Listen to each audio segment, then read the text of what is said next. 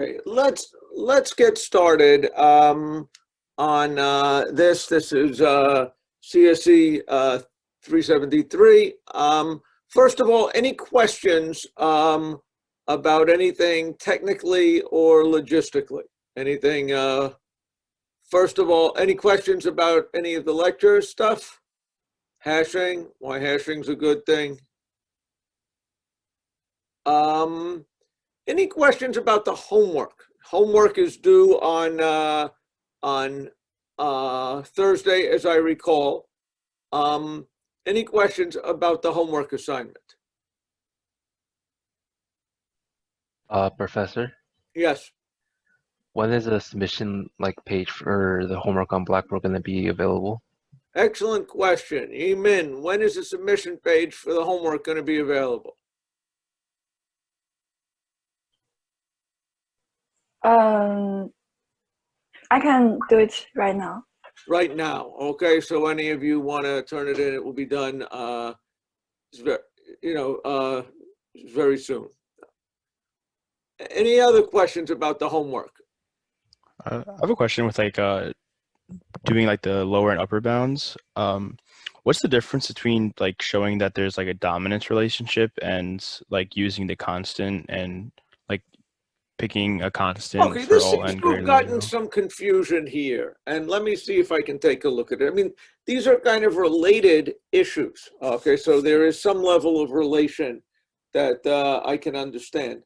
The big O, by definition, means that there is a constant time, f of x n is equal to big O of g of n. If there is a constant times g of n that it's bigger than, such that a constant times g of n is bigger than f of n for all n greater than n naught. That's a definition. Okay, that's what the big O means. Okay, and so if you want to prove what the big O is, you use those constants. Okay, that's what it means. There is this notion of dominance has to do with when is one function strictly greater than another function as per the big O type relation. And this is defined in terms of limits so that one function dominates another if the limit, f of n dominates g of n, if g of n over f of n goes to 0. That would be one way to say that f of n grows faster than g of n. Now, if f of n and g of n are the same, the limit of are theta within theta of each other, then the limit of f of n over g of n should go to a constant as n gets bigger. Okay, and so there's you can think of it in terms of limits, although, like I said, you've got to distinguish the case of again, if you think about it, the big O was defined for all n greater than n naught. What are limits defined by? Doesn't limits talk about for all n going as n approaches infinity? Or is it for about n as it approaches infinity? They're kind of the same things, okay? And, so I guess that's the way I think about it. When I ask you to prove something is the big O, I kind of expect the constants, okay? When I talk about does one class dominate another, implicitly you're thinking about limits. Any questions? Okay, any other question that we would have? There's a question in here about, programming assignments. Can you use a balanced search tree? Yes, I am. If I am willing for you to operate at a level of abstraction that says use a balanced binary search tree. And if so, I can insert in log n, I can delete in log n, I can min, I can max, okay? So yes, you can assume that someone gives you an implementation of that, okay, if that makes your life better. And you should be thinking about that at that level of abstraction. Any questions? Any other questions about homework or anything like that? Is the deadline for the homework gonna be 11:59 on September 17th, or is it gonna be due before class? Okay, I would like the deadline to be right before class.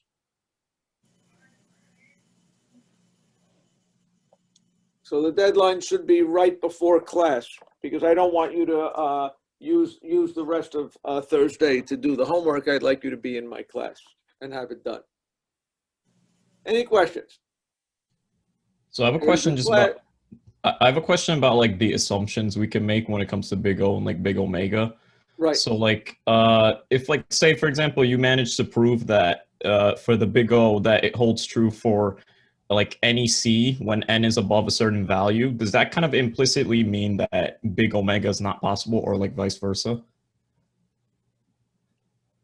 I think of big O, proving a big O is an upper bound, okay?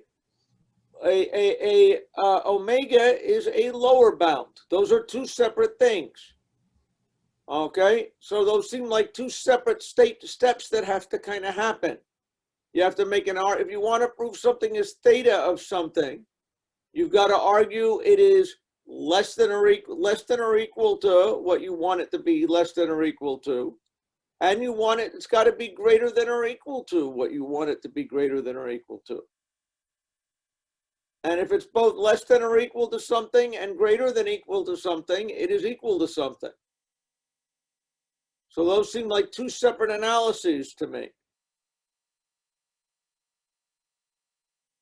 Any questions? Okay. Will the class before the midterm be a review? The tune in and we'll find out. Okay, depends how I'm feeling that day. But probably, you know, a good place to go for reviews, by the way, would be the recitation sections that the undergrad TAs have set up. I think it's fair to ask them for help with reviews as the midterm starts to approach. The midterm will be a week from Thursday. What I recommend that, and I'm hoping that at the very end of next class, we're going to have a test of the midterm technology using the Respondus browser and things like that. So towards the end of class, I am going to have you guys go and do that. So if there's any magic that you have to download to get the Respondus browser on your system and things like this, you should do that. And we will do it as a test next week. Any questions? Some people want to practice midterm. I have an example midterm on my webpage. And if you want to look at that, you can look at that. Any questions? Hi, Professor. Yes. The homework one link is ready now.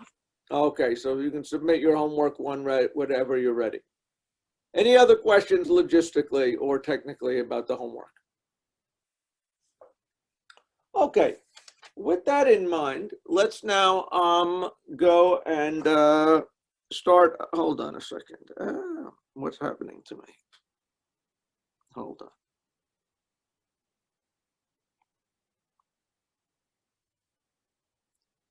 Okay. Okay, let's just keep going here. Okay, so what's the problem of the day?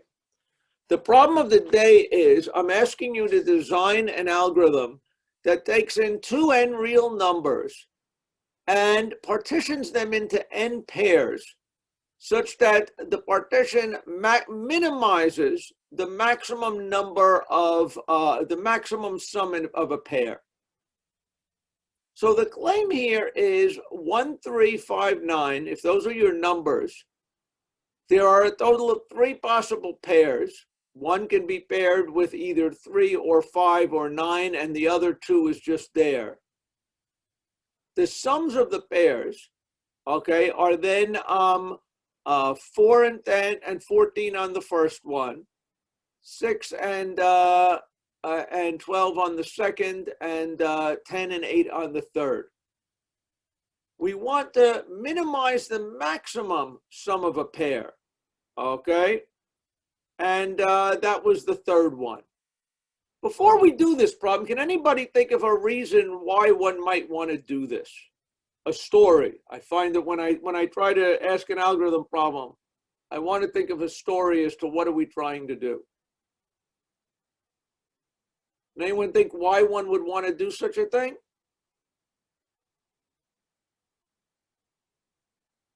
Hopeless. Okay, so what might it be? One way to think about this, suppose these are skills of tennis players. Pairing up students to study together, it's the exact same thing as what we're dealing with. Suppose, let's say that I had a measure of how smart a, or how good a student everybody was.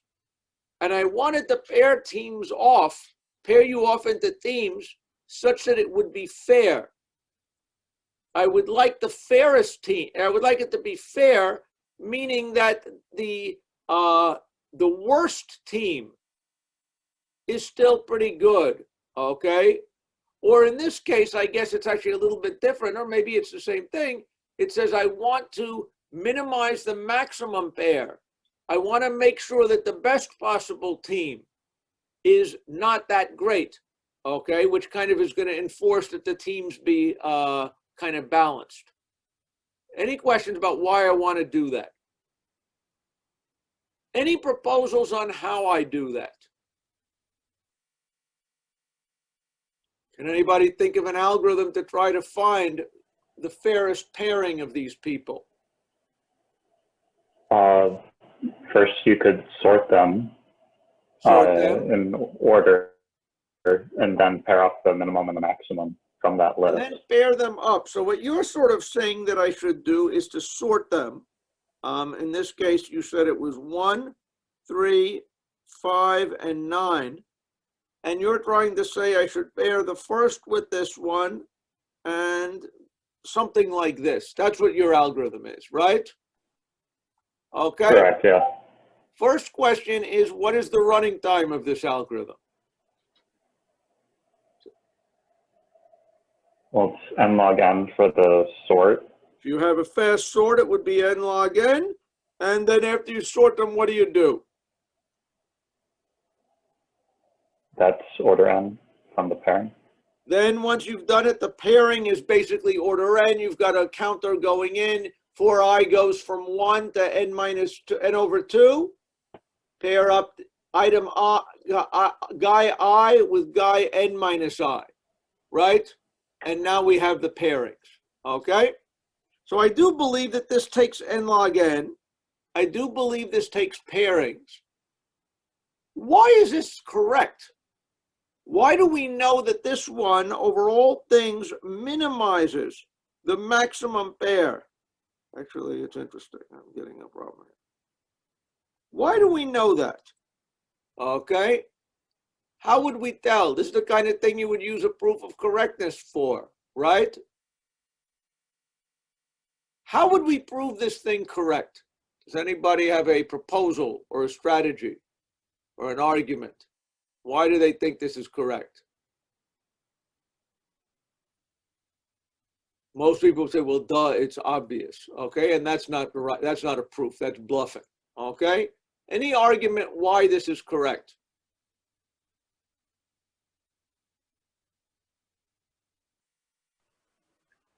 Maybe by this algorithm, we are not missing any number and everyone is getting paired. That's why it's correct. Okay, so I'm hearing some kind of a argument or a claim. I would first start with my strategy. How do we prove things? We are computer scientists. What ways do we know to prove something? Induction is one of them. Induction is one of them. Is there anything else we know? Okay. Contradiction. Contradiction is one that I know. I happen to think that the way that I would, okay, I'm hearing, I'm hearing some people, seeing some people do something on the screen. Anybody wanted to have an argument that they want to try out for this? Why is this right?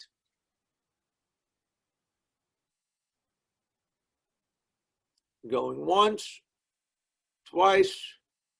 Okay, how would I prove this? My instinct is to try to prove this by contradiction, okay? And now how would I try to prove this? Contradiction would mean that I assume the opposite. What is the opposite to this algorithm being correctly minimizing the maximum sum of a pair? Okay? What would be the opposite, the contradiction, the opposite of this? What if if it isn't correct, if I assume it isn't correct, then let's try to argue from that. Well, if it's not correct, there is an algorithm where this makes a mistake. Does everybody kind of see that?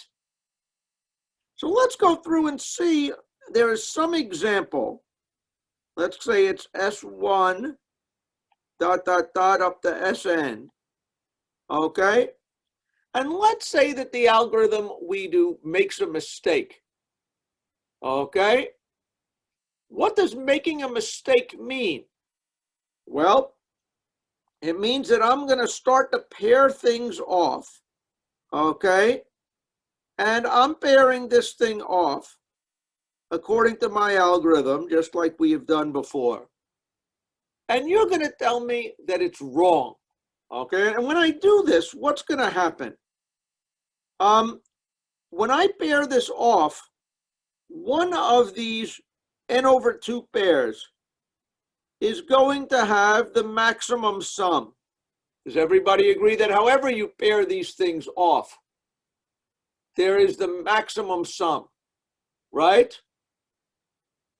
Which one of, when we pair the numbers off, which one is it that defines the maximum sum?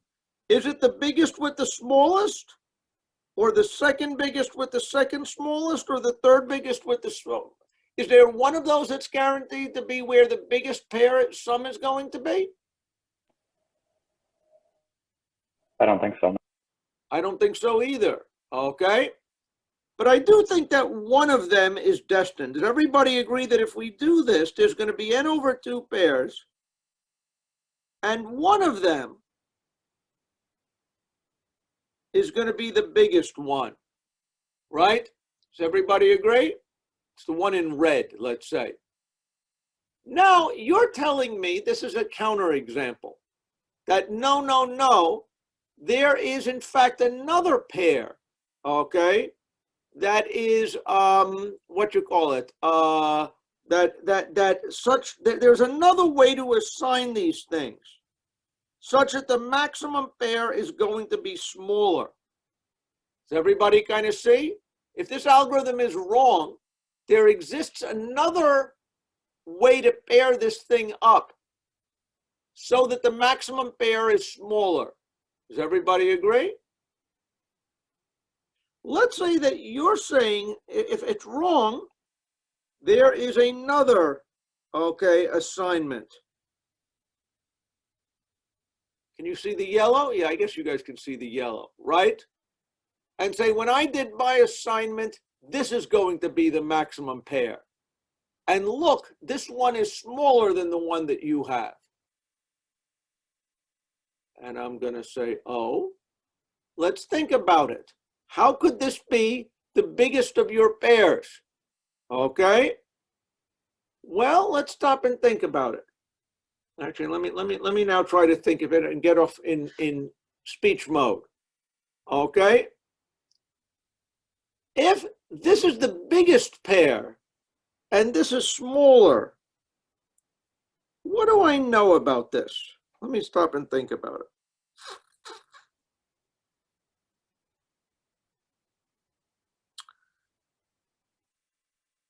First, okay, let's just think about it. Where is there a contradiction here?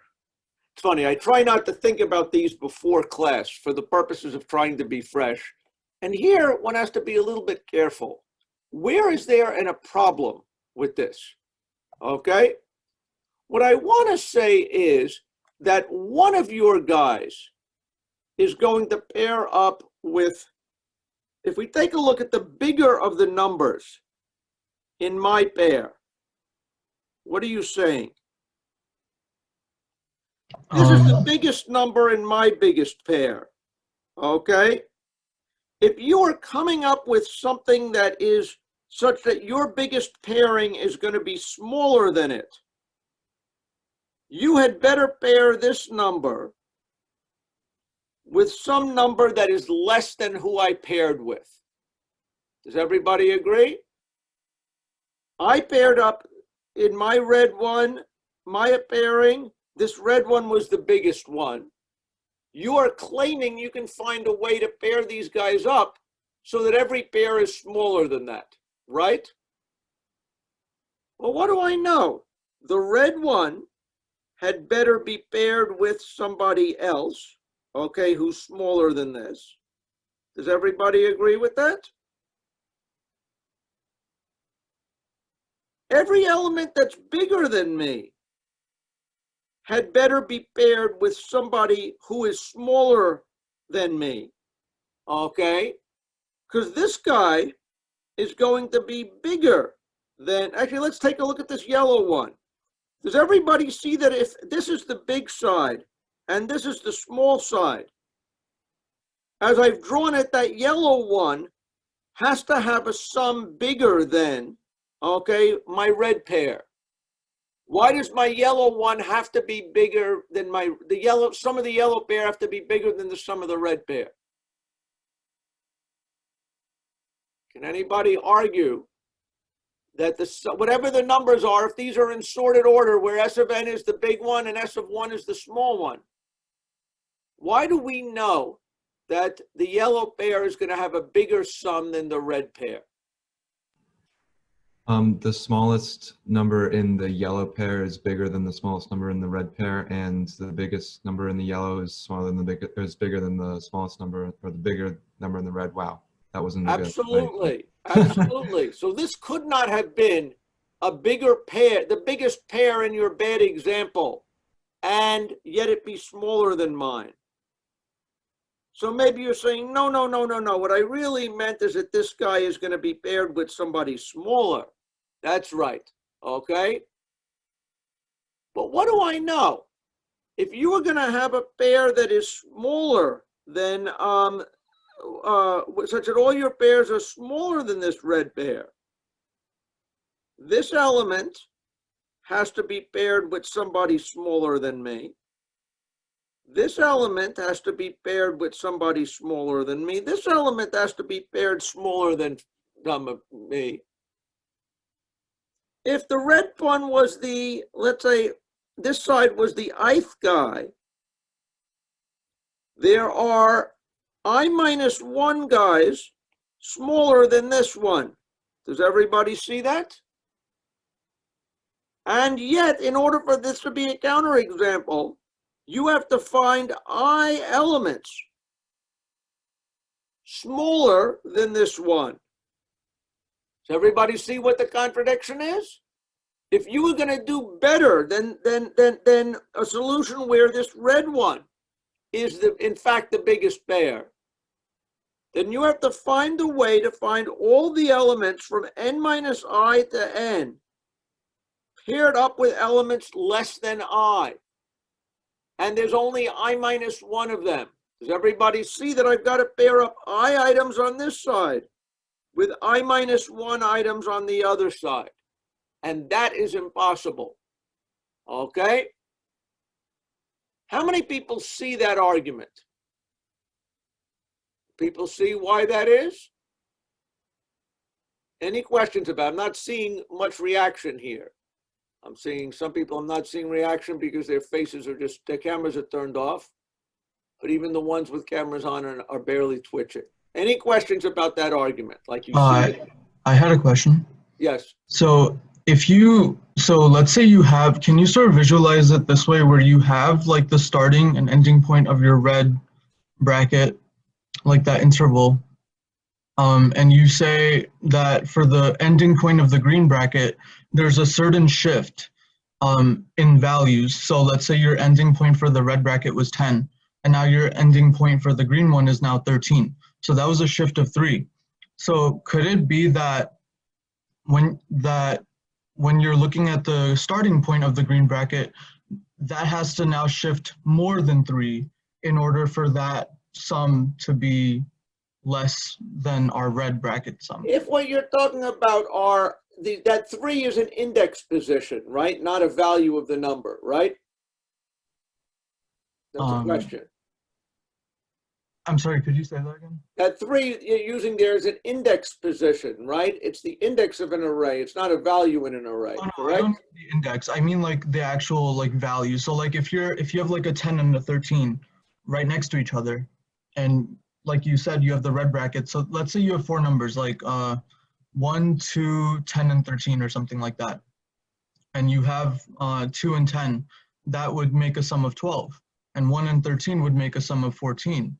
So that it wouldn't be possible because you're not essentially, when you, like what I'm asking is if you had a interval from 2 to 10 and the difference between 13 and 10 is 3, then wouldn't you also need a shift from 2 to more than 5 in order Okay, to... I'll admit I'm not really following the reasoning here, okay, completely. But that may be my thing. The important thing to see here is that, again, the punchline that to me is now clear is that you've got to pair up. If my algorithm, if the biggest pair was from the ith position to the n minus ith position, then however you do it, you're going to have to deal with the n minus I bigger ones and pair them up with n minus I smaller ones. And there's no way to do that, okay? If I'm not allowed to use this pair, then I've got to have my I biggest ones are going to all have to go to I minus 1 smaller ones.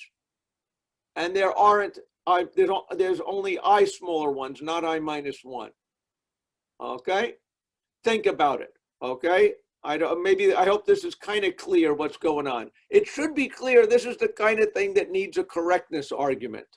The algorithm, I think, is easy and everyone would come up with it. But having a real reason as to why this is true, that's why one needs to worry about correctness arguments. Any questions? Okay, could we prove this inductively? Now, inductively, if I were going to do this inductively, and again, I am not 100% sure I would do this inductively, but it sort of would be an argument that I guess I could, to reduce it, I'd like to reduce it by the 1 pair. I'm just going to give you an outline of maybe how this might be done inductively. Recognize inductively, I want to prove that suppose it is true for all arrangements of up to n minus 2 elements, okay, or n minus 1 pairs. Now, when I have a solution of size n, okay, I am going to kind of pull off 1 pair and make some kind of statement about what is actually remaining there. That would be the kind of a scheme for how you would do it inductively. But again, I'm right now not sure that I'm seeing this is a somewhat subtle proof and argument. I like my contradiction argument, and I'm not completely sure whether I can push through a inductive argument on it. Any questions? Oh, Professor, I had a question. So in this thing, we were told to design an algorithm and then we use the proof of correctness to show that it was correct. Should we normally then either use contradiction or induction to prove this when we're asking? Yeah, usually these things, the correctness arguments reduce to contradiction or induction. Okay, so even though the question didn't specifically ask us to do that, we should just do it just in case? Or well, okay, it said, okay, so you're maybe saying, see, I got an algorithm, okay? And part of me says that you don't really have an algorithm unless you know that it's correct. If I had been smart when giving the assignment, I would like to have a proof of correctness here. Again, recognize that certain problems, you should be clear this is subtle enough that it requires a correctness proof, okay? Okay, thank you. And then also, when we were designing the algorithm, we mentioned sorting it. Do we have to mention what type of sort it is, like binary sort or heap sort? I think you need to say, I sort it in n log n time. That tells me that you're using an algorithm that is going to take the time bound that you need. Okay, if you want to say, gee, heap sort would be a good example. That's also fine. But more than that, I don't need. Okay, thank you. Okay, let me get started. I want to talk about sorting. Now, sorting is something computer scientists always love to talk about, and students by now are usually, by the time they get to this point in the curriculum, are usually tired of hearing about it. But there's three reasons why people talk, when they talk about algorithms, people like to talk about sorting. One is historically, it was something that kept computers very busy.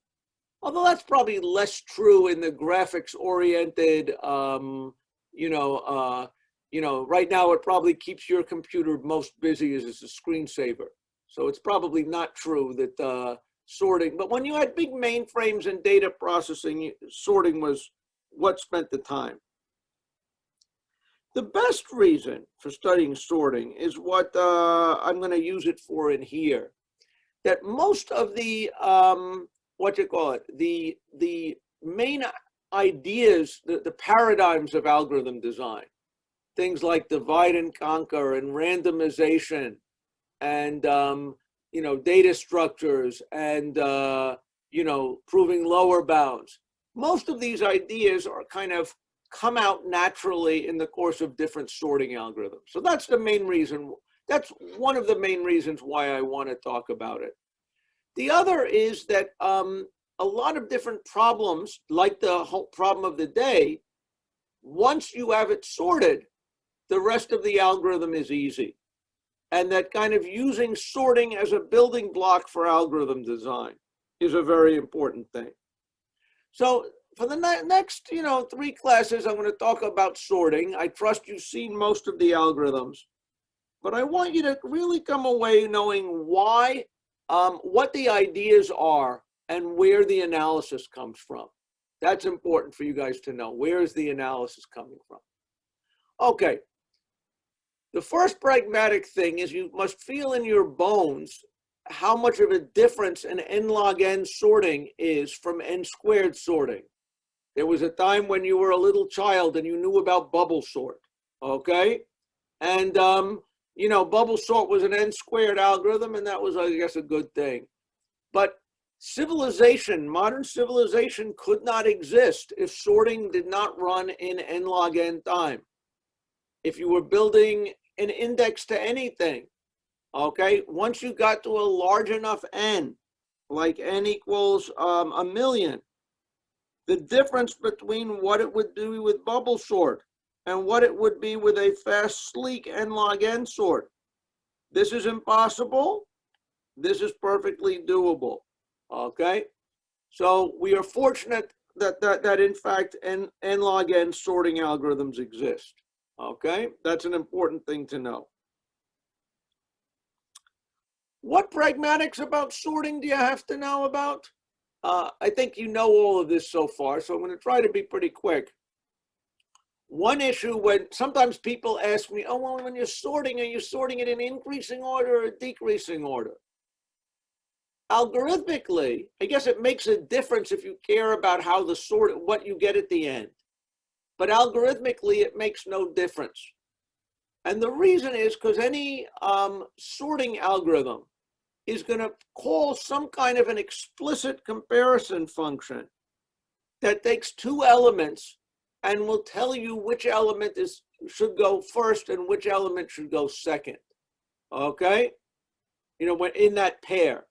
Okay? So when you want to really modify your sorting algorithm, you're doing it through a comparison function.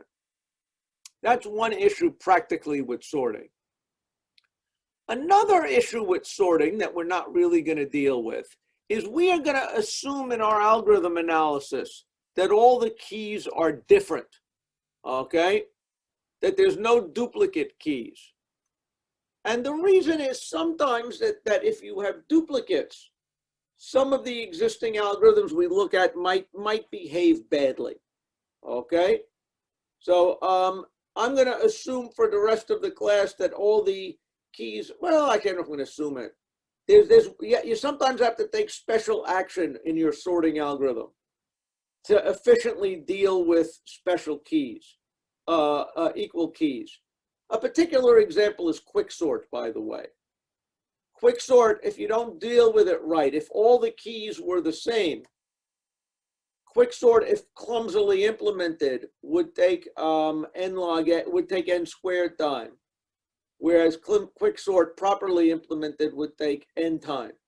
Okay, but so recognize that that sometimes you have to worry about equal elements and deal with them specially in your sorting algorithm. Usually, the way that you resolve this problem in practice is you never have equal elements. If I'm sorting you guys, I sort you guys by your last name. If there are two people with the same last name, I sort you by your first name. And if you have the same first name and last name, I sort you by your middle initial. And if those are still the same, I sort you by your university ID number. If you have enough keys, okay, then typically there never really are duplicates. Any questions about that? Okay, good.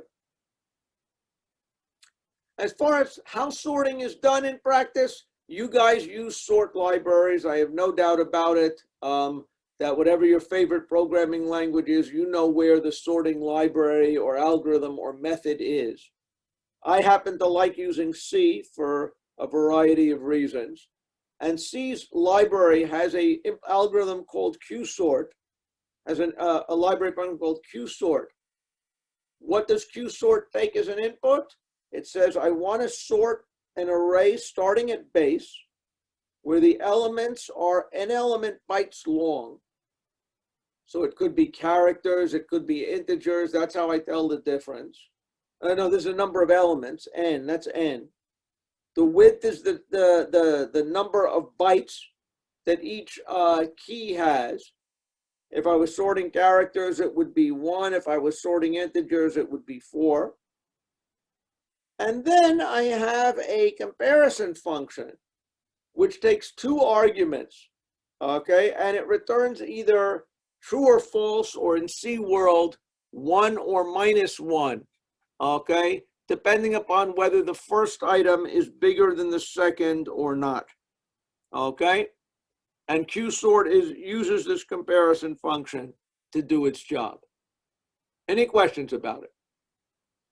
So this is how you would, you need to know this stuff when you program to use your own sorting stuff. I trust you know about that. Any questions about the pragmatics of sorting?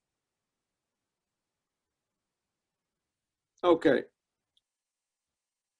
What I'd like to now talk about is applications, the algorithmic applications of sorting.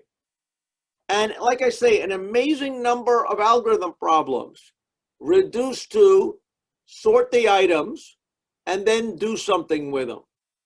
Sorting it takes n log n, which is a bit of magic, because again, when we lived in bubble sort world, we didn't have that magic. Okay, so that we can sort in n log n time is kind of an amazing thing. And then a lot of algorithms then say, sort it and do something with it.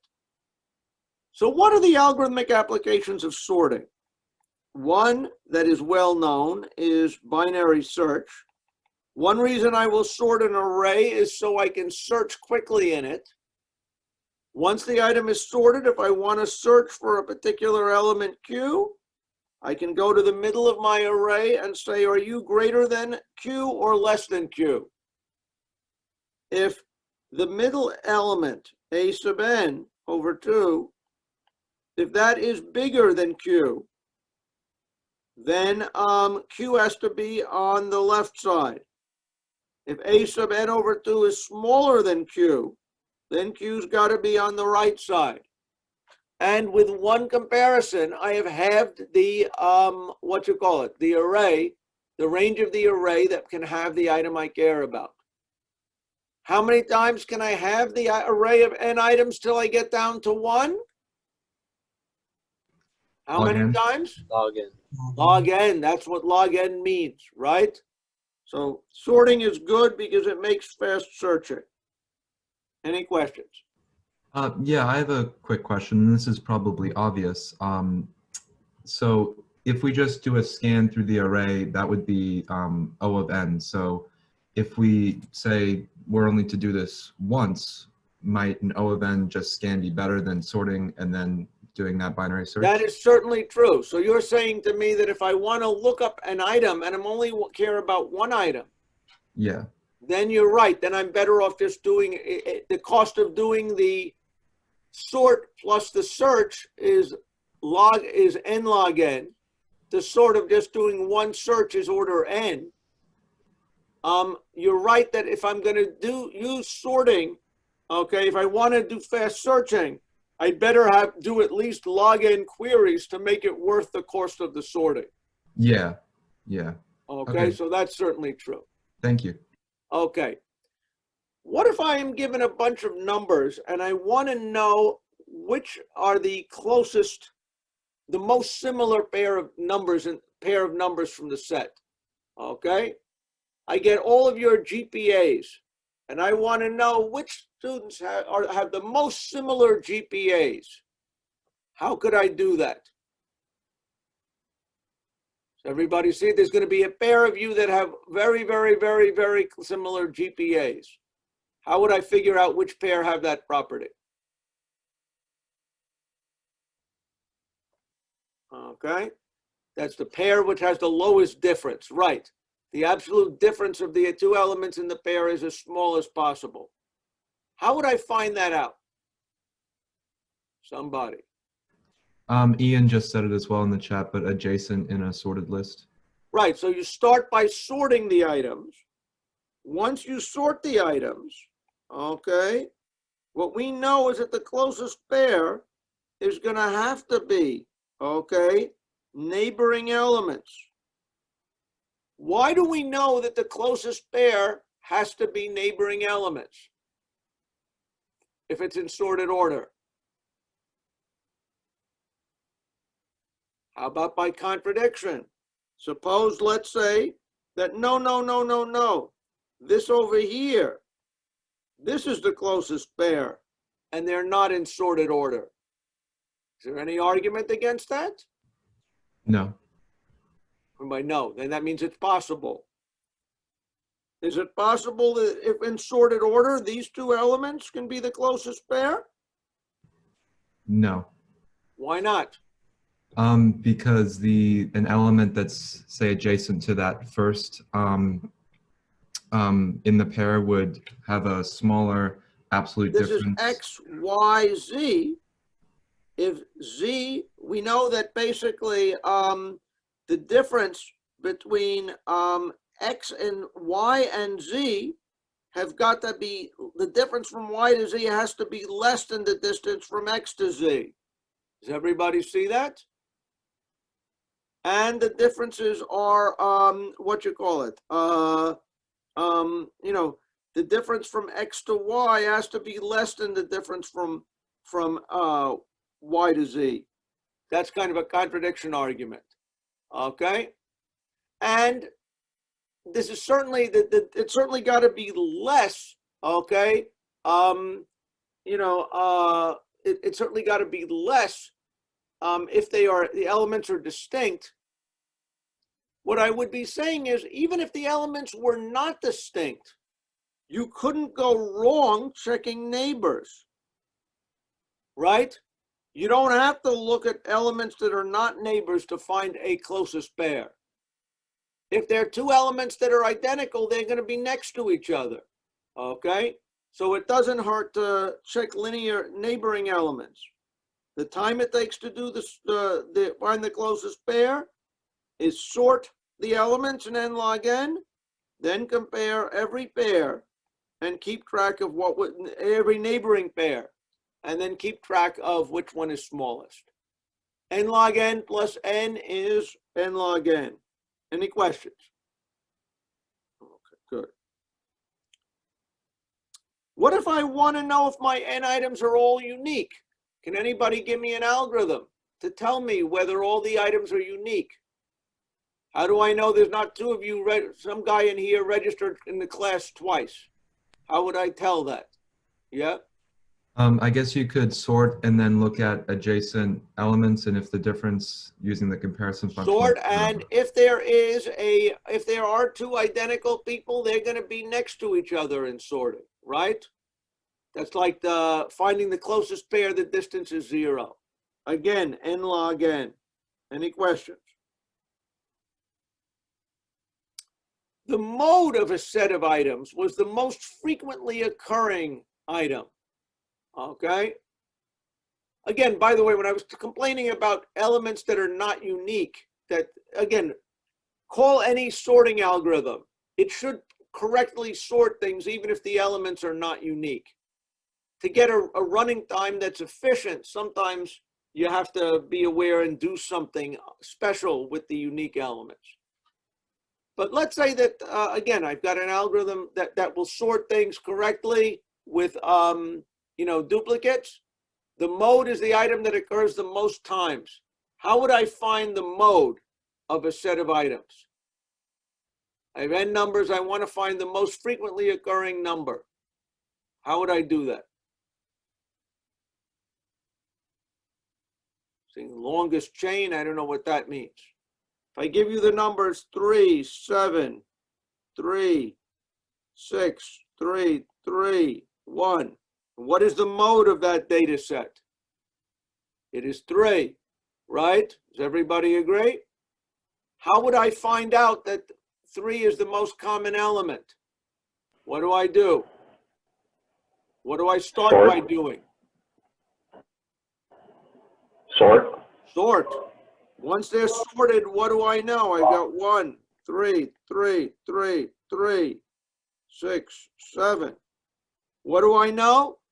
All identical elements are neighbors. There's a run of them. I want to find the biggest run in the sorted elements, right? So what do? I start from the first element. And I say, are you the same as the next one? If the answer is no, then I draw a divider there. And say that run was of length 1. I now say, are you the same? Are you the same? Are you the same? Are you the no? Does everybody see that in a linear sweep through here, I can count how big each run is. And the biggest run I encounter is going to be my mode. Any questions about that? I'm doing n comparisons. That's exactly right. Okay? My total algorithm was sort the thing, which is n log n, and then spend order n time trying to find what, basically walking over this thing and counting the length of each run. Does everybody see that this algorithm is going to be n log n plus n, total of n log n? Any questions? Some people may say, can't you find the mode faster than that? And the answer is no. Okay? Turns out there's no way to find the mode faster than n log n. Okay? Any questions? What about finding the median? What is the median? Okay, in the class. Okay, the median is the one where there's an equal number of elements before me and after me, right? The median is the guy that's going to get a B- in the final grade, right? That's what we talked about, right? That person probably got a 61 on the midterm, okay? But that means that there's the same number of people above them as below them. How can we find the median of a set of n numbers? Can anyone give me an algorithm to find the median? Sort in n log n and then find the middle element, which would be n divided by 2. Sort the items in n log n, and then find the middle element. Where is the middle element? It's in position n over 2. And again, I'm quibbling a ceiling, floor. Okay, n over 2. I just look it up. So that's going to be n log n to sort plus constant time. to find the median. Does everybody agree with that? Turns out there actually is a very, very clever algorithm to find the median in linear time. But actually it reduces to ideas from sorting. It's complicated, and if I needed to find, if I was locked in a room and told to write an algorithm to find the median, this is what I would do. Any questions? Okay, good. So I have a question about the mode. Yeah. So what's it called? If you were to use a dictionary to keep track of the counts, would that still be what's it called, n log n? Okay, so you're saying you're going to use a dictionary to keep track of the counts. Now let's think what that means. If you're doing this properly with a binary search tree, you may say, yes, I'm going to have a balanced binary search tree. And then I'm going to have the key field will be the key name. Then I'll have a data field for every element, which is what is its current count. Then for I goes from 1 to n. Check if the ith element is in the tree. That's a search. That takes log n. Then once I find it, bop the counter by 1.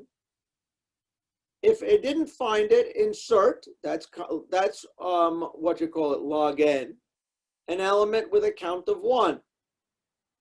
And then do an in-ordered reversal of the tree in order n. And as I look at each item, tell me keep track of what the biggest count is. So with a balanced binary search tree, yes, I can do this in n log n time because it's n sets of insert, okay, of search and insert. Is there another way you were thinking about doing this? You might. Yeah, like if you knew the like the minimum and if you knew like the maximum value of like the elements, for instance, then like you could potentially use an array for the dictionary, right? So one thing you're saying, well, what if I know the maximum value?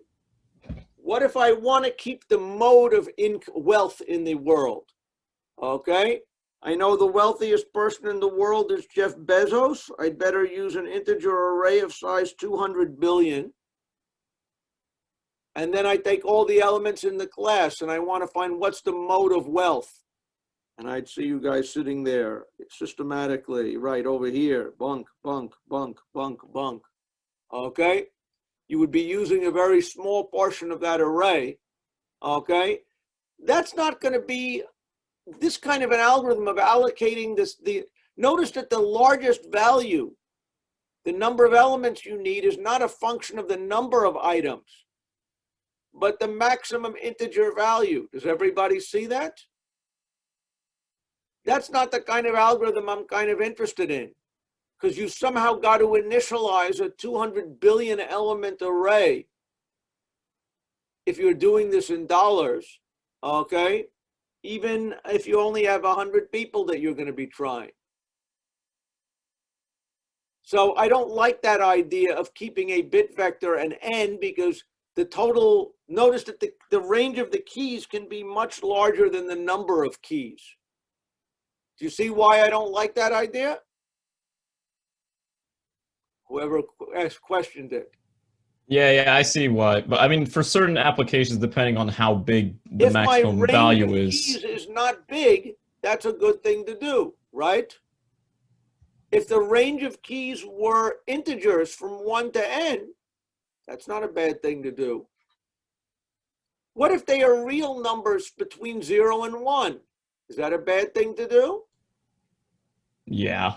It's a terrible thing to do, right? Because there's an infinite, there's an uncountable number of the numbers you need in your array, right? That's why we like things that are going to be a function of the number of elements, which is n. Okay? That's why I like my mode here. Any questions? Yeah, I did have one question. That if you, so for this example where you're finding the mode, what if you, so is there gonna, if we saw something like this on an exam or something like that, would there sort of be like a restriction on the amount of space that you can use around pointers or anything like that, or? Well, okay, let's think about it. First of all, if I'm asking for an order n algorithm, how much space can you use? Can you initialize n squared space in order n time?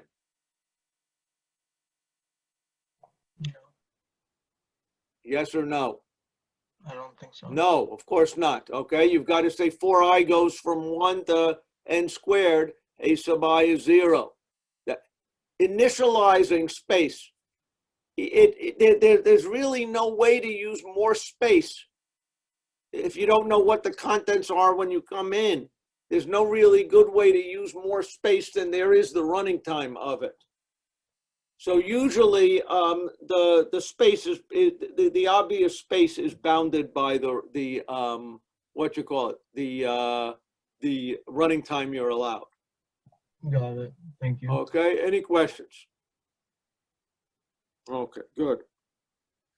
What about hash tables? If we're going to do mode now, what about if we use a hash table? How much time would it take to find the mode? How would we use a hash table to find the mode? If we had a hash table and we kept each element that was a key with a count, then we could, 4i goes from 1 to n, look up, is item I there? If it is, then what you call increment the counter. If not, insert it. If it's a good hash table, we expect that every bucket's going to have n elements in it, right? Does that give you an order n algorithm to find the mode? Gives you order n expected time to find the mode. Does everybody agree with that? If you got unlucky, all the items were going to get stuck in the same list. You'd have n different items, all of which happen to hash to bucket 17. Okay? So as an expected thing, actually hashing the mode is good. The worst case, you're better off with the sorting thing. Any questions? Yeah, with hashing, is there a way that we can say that we know a hash function won't give us collisions, or should we just avoid that kind of reasoning? You can say it, doesn't make it true. Okay, there's no way to make it true. Well, you know, let's say there's no way to make it true, and I think that that's actually, I'm not fuzzing too much when I say that. Yes, okay. I agree. In fact, we'll talk about a lower bound on sorting, I hope, at the last day of this unit, and that's kind of a proof that there's no way to do it. Any questions? Kind of, sort of. Okay, any questions? Okay. And there are more complicated algorithms that reduce to sorting. Any of you who take Professor Mitchell's course on computational geometry, which I imagine some of you might, will learn that he likes taking convex hulls of things. To build a convex hull, really what you do, it's a way of finding the boundary of a point set. I don't want to go into it now, but basically all he does is sort the points by the x coordinate or an angle and sticks them in one by one, and all the real work is done in the sorting. Any questions about applications? Okay, so knowing that many problems get solved if you have a fast sorting algorithm, okay, I want us to talk a little bit about sorting and fast sorting algorithms. Any questions? Okay, so one algorithm that you saw back in your bubble sort days, okay, when life was carefree, you guys probably saw selection sort. What was selection sort idea? How did selection sort work? If I gave you numbers, 1, 3, let's say 4, 2, better 5 in front of it. Okay, how did selection sort work? You went through all of them, found what was the smallest number, and then swapped that with the front. Now you had 1 was in its proper position, 3, 5, 4, 2. We went through all of them, found what the new min was. Swap that with the first unsorted item. And then keep going. This would be a total of, so n times. You're going to find the smallest of the remaining items and then pull that out and make it first. That was kind of what selection sort was. Does everybody agree this is selection sort? Go through the n items, find the smallest that you haven't yet put in sorted order, put that at the end of the sorted order so far. Okay? If it takes this much time to find the smallest and this much time to put it out and put it first, n times that is the running time of selection sort. Now, normally you're used to doing this with an array. How much time does it take to find the smallest of the n items in the unsorted part of the array? How much time does that take? Order n. Order n. And how much time did it take to swap it to put it first? How much time did that take? Constant. Constant. That was n times n plus 1 or n squared. But if we could find a data structure that could do these things with a better balance, maybe we could make selection sort run faster. And in fact, if we used a balanced binary search tree, how much time does it take to find the min of n items in a balanced binary search tree? If it had n items in it, how much time does that take? Log n. Log n. And how much time does it take to pull out, to delete that item from the dictionary? How much time? Log n. Log n. And how much time to link that into what it's doing? Well, it's just sticking it in an array. That was constant. My claim is the ability to remove it and the ability to find the min, both of those took log n time. And that's why we could do selection sort in n log n time using the right data structure. It should be clear that if we did a balanced binary search tree, selection sort would run in order n log n time. Now you may say, my God, a balanced binary search tree sounds like overkill to build a sorting algorithm. And you're probably right.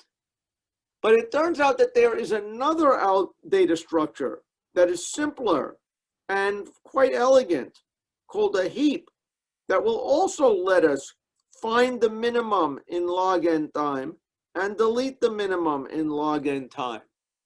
Okay? And by using that data structure called a heap to do this, we get heap sort. Any questions? So one key principle of algorithm design is, can we use a different data structure that does the operation that's the bottleneck faster? Before the bottleneck was finding the min, that took order n time. By reducing that to log n, selection sort became heap sort and ran in n log n. Any questions? Boom. Okay, this idea of heaps is a great example of something called a priority queue. A priority queue is a data structure that lets you insert things and find the min without necessarily being able to search things by by key. Okay, and quite often we have in life gives us a world where we have things that we're interested in. We know how important each thing is. We typically want to get things in order of importance or desirability, okay, quickly, okay? So a priority queue is a data structure that lets you do the operations find the minimum, delete the minimum, and insert an item. A priority queue has a subset of the operations of dictionaries, and there are faster, slicker data structures for doing just these three operations. than a full balanced binary search tree. Any questions? So one thing that's a really important thing to take away is the idea of a priority queue. A priority queue is an abstract type. Yes, it can be implemented by a heap. But when you're designing algorithms, you need to sometimes recognize when is it you need to use a priority queue. Okay? Sometimes students will come to me with an algorithm design and they say, oh, we'll put it in a linked list. If what you need to do is to keep going through and getting the highest priority item, the most important item repeatedly, where the items change over time, you're thinking about a priority queue. Any questions? Many things in life are priority queues once you start to see them. I find that one's dating life is governed by a priority queue. What is the story? Who should you go out with next week? Okay? There's a large list of people you may know. Do you want to find out who you go out with by looking up their name? No. What you're interested in is of all the people that you are aware of, who is the one that is most desirable? Okay? If you give every person a score, okay, based on on how desirable they are, your dating life is governed by this priority queue data structure. Every week, you want to say, give me the maximum item in the priority queue. That's the best one. Okay? Ideally, you will call them up. You'll have a date with them. If this goes well, you're going to go and insert them back in the priority queue with a new score after you got to know them better. And if you keep doing this, does everybody kind of see that in this model, you're interested in retrieving people by their score, not by their name? And that's what priority queues do. Any questions? A lot of simulations, you end up having to kind of keep track of what events are there. Remember, what's your calendar? If you think about what your calendar is, you probably maintain a calendar of events you're going to participate in. That calendar is a priority queue. It's ordered by what is the time of what the event is. And what are you doing in life? You're constantly asking your calendar, what's the next thing I do? What's the next thing I do? You're saying, oh, here's a new job. I got to put the midterm on the calendar. You're doing an insert in the priority queue. Okay? If all you're doing is inserting and finding them in, like on a calendar and going through life, that is a priority queue. Any questions? A lot of the algorithms we'll see in here, things like shortest path and other things, will rely on priority queues. So remember what they are. Any questions? And learn to think in terms of priority queues. Any questions about that? The mother of all priority queues, we could use a balanced binary search tree, by the way, and get priority queue operations in insert and find min in log n time. Done. There is a simpler implementation of a priority queue called a heap that is worth knowing about. Simpler, I'm not afraid of programming a heap. I am afraid of programming a balanced binary search tree. Okay? What is the idea of a heap? A heap is a binary tree, not a binary search tree, but a binary tree, where the labels on the nodes have the following properties. The shape is inherently as balanced as it can be. All the leaves are on at most 2 levels and packed fully to the left, meaning we are coming up with the most perfectly balanced tree we possibly can. Does everybody see that if I'm growing a tree like this is as perfectly balanced as a tree can be? And when I stop at any given moment, the leaves might be on 2 different levels, this level and that level. But if I fill this thing up, okay, I'm going to have a tree with the property that that it is as balanced as possibly can be, which means that the height is going to be at most log n. The final property of a heap, which is important, is that the labeling is such that for all nodes, the root is less than all of its children. And that is true for every node. The root is, any node is less than all of its descendants. That is really what the other property is. And this affects the labeling of the tree. So let's look at this. These are years. Is this a heap? Yes, it's a heap. Because notice the shape of it is beautifully packed, as leftmost as it can be. Okay. Every level is complete except the last one. And every key is less than all of its descendants. The smallest one is, 1492. Okay. The second smallest one is where? Can anybody see what the second smallest in sorted order is? I guess it's this one. Where's the third smallest? It happens to be here. Where's the fourth smallest? Looks like it's here. Where's the fifth smallest? I think it's here. Sixth smallest happens to be here. And then I think I've got this one, this one, this one, and this one. Does everybody see that this is not a binary search tree, but every element is smaller than all of its descendants? Any questions? Now, what is cool about a heap? Okay, everyone's saying it looks like a binary tree to me. It's logically a binary tree, but because of how we pack these elements, we can actually represent it in an array without pointers. Where are the children? What are the children of 1492? Does everybody see that the children of the first element are this and this?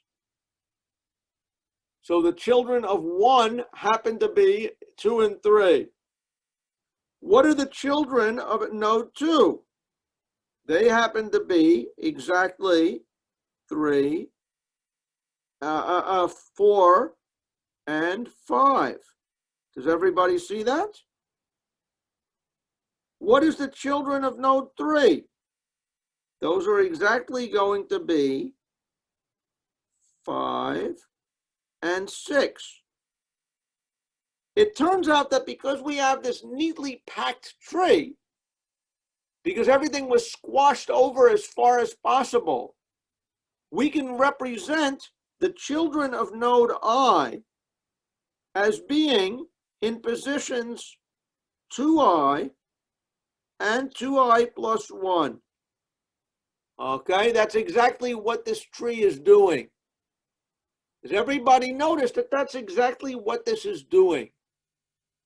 The value of the children of node I are going to be in positions 2i plus 1 and 2i and 2i plus 1 of the array. If you want to find out who your parent is, you could take the parent of node I is going to be the floor of I over 2. Any questions about that? The neat thing about this heap thing is that because the shape is so nice, I can compactly pack it in an array. Okay, I mean, I'm not going to show you the movie. But does everybody kind of get that idea? If I had a tree, a heap, I can represent it in an array, okay, without any pointers, okay? And I can have an n-element array, and I can encode an n-element heap in an n-element array. Any questions about that? People see what's going on here? Any questions? What's good about that? Well, first of all, arrays are simpler. You guys were a little afraid of pointers, so arrays are a good thing if I can get away with it. Okay. Could we represent any tree in an array like this? Let's think about it. Who here says yes or who here says no? Okay. There's some question about whether the indices are at 2i or 2i plus 1, 2i plus 2, or I and or 2i, and I think it depends whether I start counting at 0 or 1. Okay, so there's not a difference. The point is that where my children are predictable. Okay. Any questions? Okay, could we represent any heap, any tree using this kind of array-based method? Some people say, I don't know. There may be gaps. That's true. What if I represent a heap, a binary sort tree that looks like this? Could I represent that in an array?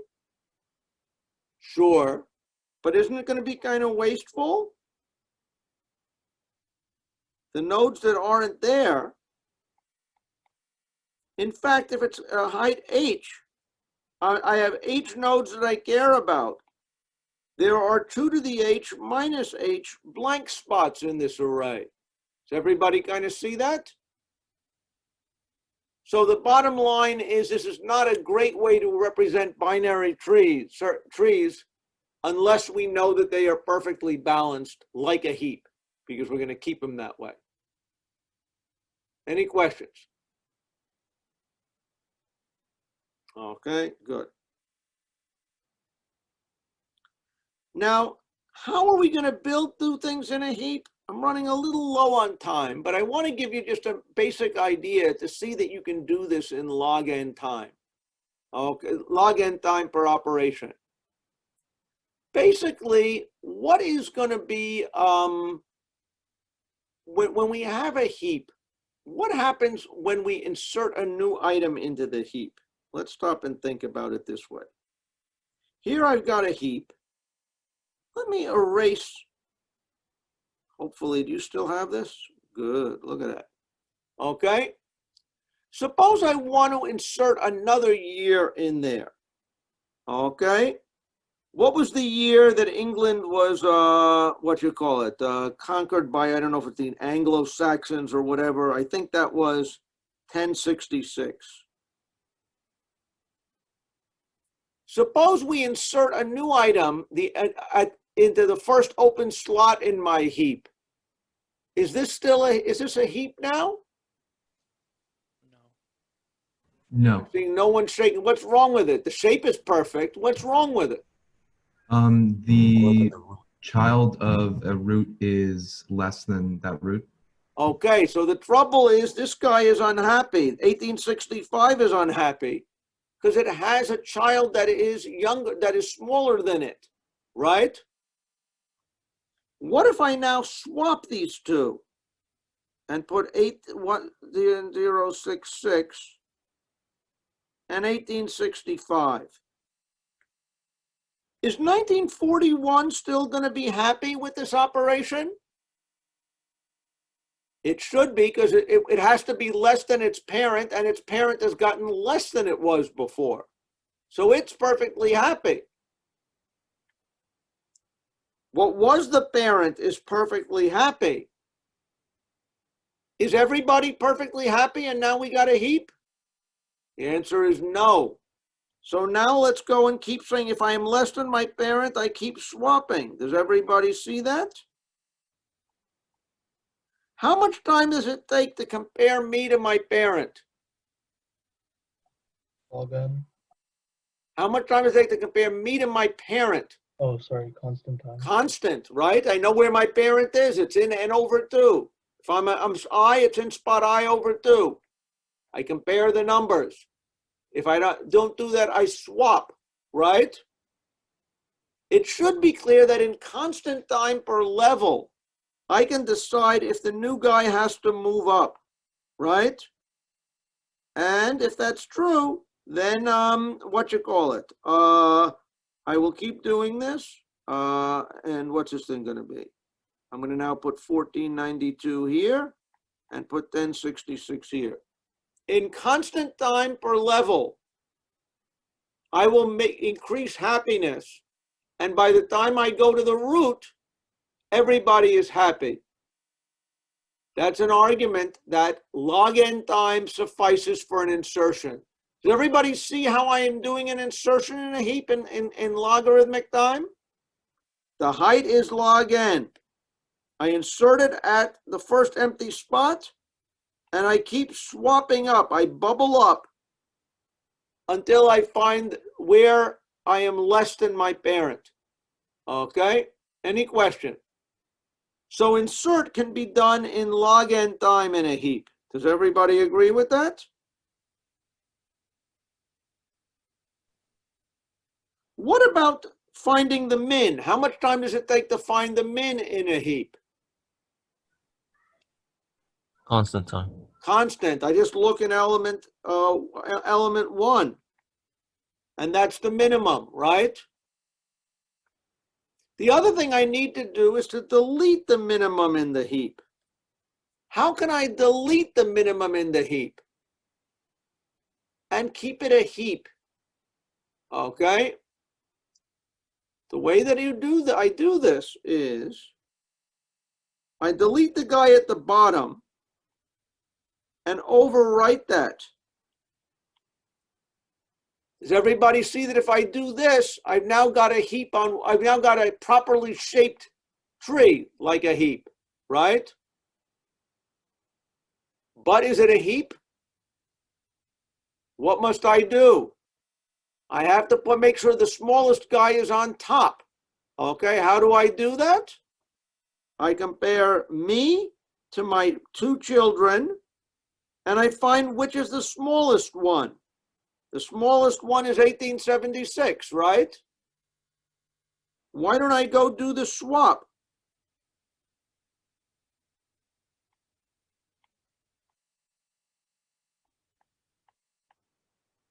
Now is everybody happy? Well, so long as I'm smaller than my 2 children, then that's true, right? But suppose one of the children were 1940. I might still have to swap again to bring it down. My claim in constant time, I can adjust the parent and the 2 children, find the smallest, swap that and move the new guy down. In constant time per level, there's at most log n levels. Deleting the thing is at most log n. Any questions? You know, I'm running a tiny bit over now, so I'm going to stop pretty much here. But does everybody kind of get the idea of a heap? The interesting thing is I want to be able to do insert, delete in, insert, delete the min and find the min. I want them to all take time that's proportional to log n time. I can do that fairly simply by basically just, inserting the item at the leaf and bubbling up. That will be log n. To delete the item, okay, what am I going to do? I'm going to overwrite the first element with the last element and then bubble it down. Both of these will take log n time. And that's how a heap can work in log n time per operation. Any questions? Okay, think about heaps, okay, and priority queues. They are a very useful thing to know about. And excuse me? Yes. So if no one else has another question, could you go over very briefly the contradiction behind today's daily problem? Okay, you want to see the contradiction. Okay, so I'm going to go through the contradiction argument that one more time. Okay, and let's see if you can pick it up this time. Okay. So what was the problem? Okay, so if those of you who don't want to watch it, you have my permission to blink out and go away. But what is the problem? The problem said, suppose I have n elements. I guess it's an even number of elements. S1 through Sn. Suppose they are sorted. Okay.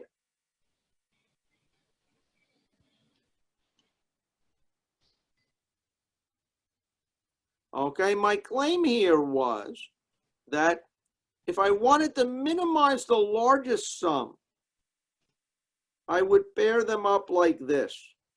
That was my algorithm. And I claimed that that always minimized the largest sum of any element, right? And if you're telling me, if I want to prove that's right, I'm going to prove it by contradiction. By contradiction, I now have to assume that it's wrong and then show that it can't be wrong. Okay, some weird thing in the world happens if I do that. Okay? So suppose, let's say, that, okay, that yes, okay, suppose that it's wrong, that in fact there exists a set of items such that when I pair them this way, I do not end up minimizing the maximum sum. Okay? If my algorithm is wrong, okay, so that's what the assumption is. Assume my algorithm is wrong. If my algorithm is wrong, there must be an example where it's wrong. And I'll say, okay, show it to me. He said, yeah, this is where the algorithm is wrong. I'll say, oh, well, when I run my algorithm on it, I end up where it happens that in this case, the biggest item was here. Okay? Again, this is the biggest one. S sub n is the biggest. We're going to say S sub I is less than S sub I plus 1. If you want to make it less than or equal to, that's fine. Okay? Suppose when I ran my algorithm, I said I got it, and this was the biggest of these n over 2 pairs. Okay, I say this is the best. I thought this was the best that the way that would minimize the biggest pair. But if I'm wrong, what does it mean? It means you have to be able to find another way, another one. Okay, another way to pair these up, such that the maximum pair is strictly smaller. I'm going to say, oh yeah. Well, what is, in your example, I'd like to know about it, what is this guy paired with?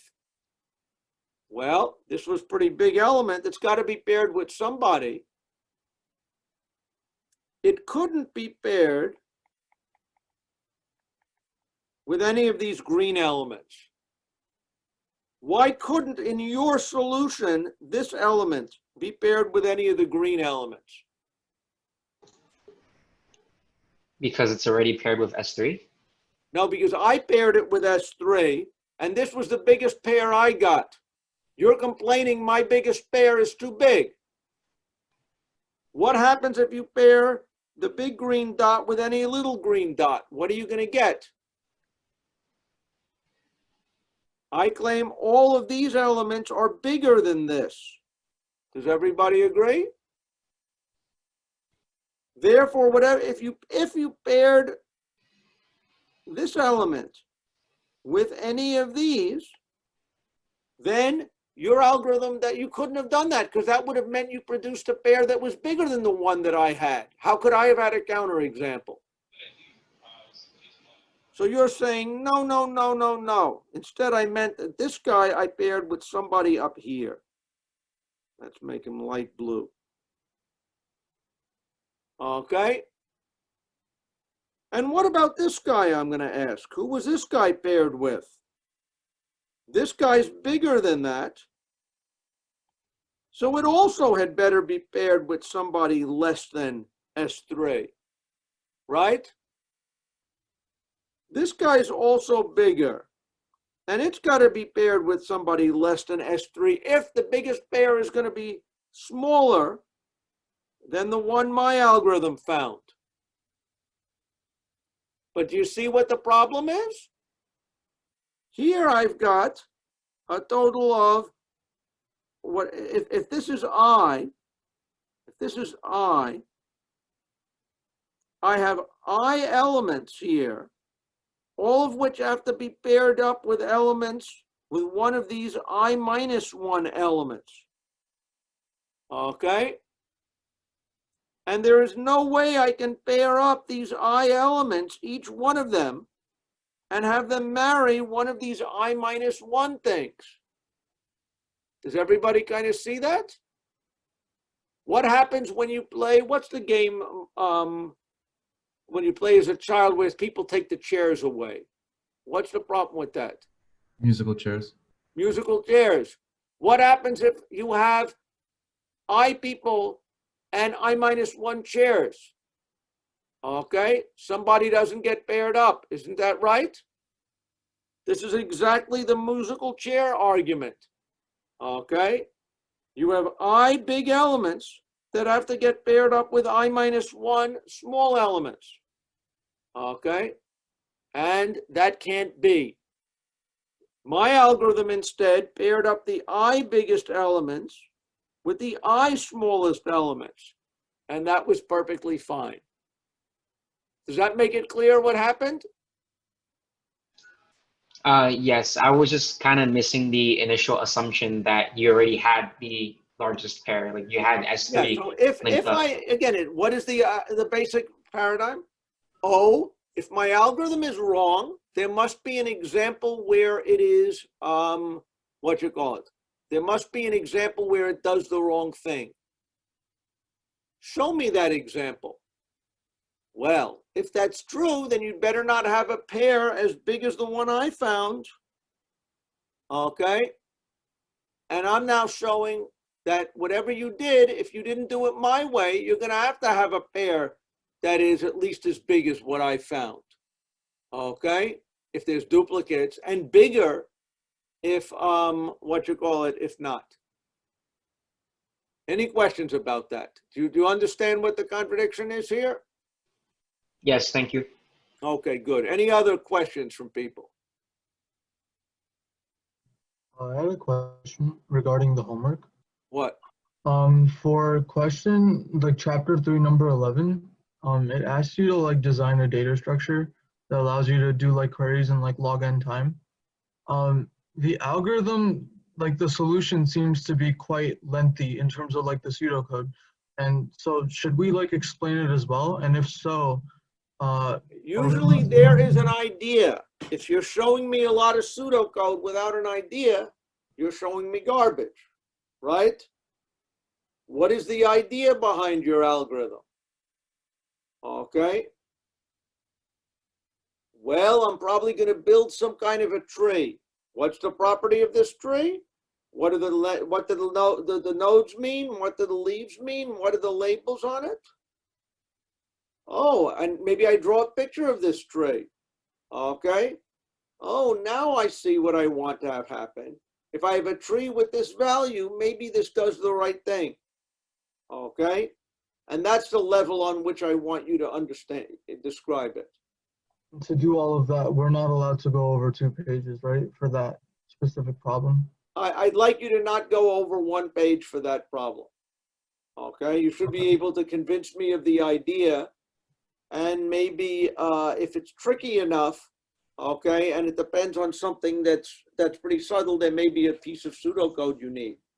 But I still think that drawings in English are probably good starting points. Oh, so the pseudocode isn't necessarily required. It's just to explain subtleties. If you have something where the intricacy is the hard thing, you want to explain the algorithm to your friend so they could program it. If I tell you, go through all the loop and find the smallest one, you think your friend could figure that out? Yeah. Okay. If I ask you to say, go through these n items and identify which 3 are relatively prime modulo blah, blah, blah, blah, blah, maybe they couldn't figure that out, right? Okay. So that's kind of what the distinction is. Okay. Can I understand what you're doing? Okay. Anything else? Okay, unless I hear something else, I am going to sign off.